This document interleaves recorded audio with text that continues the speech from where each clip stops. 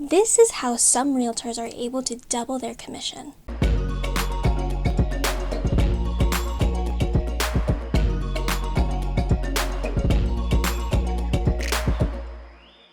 Hello friends, welcome back or welcome to my YouTube channel. My name is Laressa Ngoeun. I'm a realtor here in Drumheller, Alberta, aka, yes, you know it, that is your capital of the world. And on this episode of Keeping It Real Estate, we are talking about how some realtors are able to double their commission.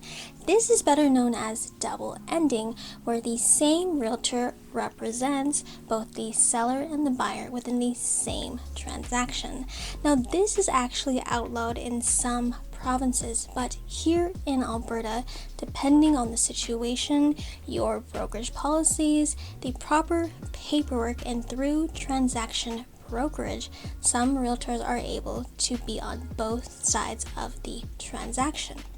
Now, if you are new here, please be sure to subscribe, hit that notification bell if you haven't already, and follow me on Instagram at Loaded Living for more real estate content just like this.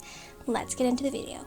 First and foremost, as realtors, our primary job and liability is to make sure we protect our clients' interest when selling or purchasing real estate.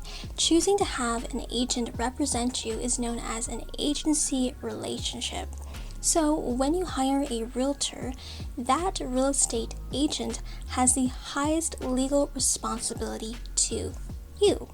And these responsibilities are outlined in a written agreement known as the buyer or seller representation agreement. So how do realtors double their commission? Well, first we need to address the conflict of interest. A conflict of interest arises when a realtor represents a seller and they are working with a separate buyer client. And this buyer client wants to purchase the home that their realtor has listed. You can see why this is a problem because the seller wants to get the most amount of money for their home and the buyer wants to get the best deal. How do we address this conflict of interest? When this happens, the parties involved in this potential real estate transaction can handle this in three ways. Number one, either the buyer or the seller can get a different realtor.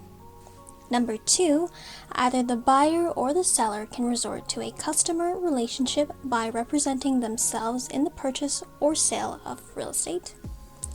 And number three, transaction brokerage. This is where the realtor and their brokerage can facilitate the transaction without acting in the interest of either side. This means the realtor and their brokerage have reduced agency responsibilities to both the buyer and the seller.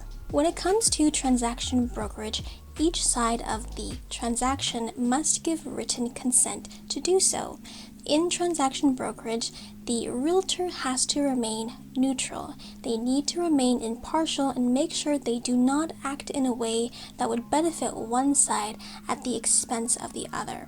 You can think of the realtor in this situation as a messenger or mediator. If you are a first-time home buyer, it is essential to have your own realtor.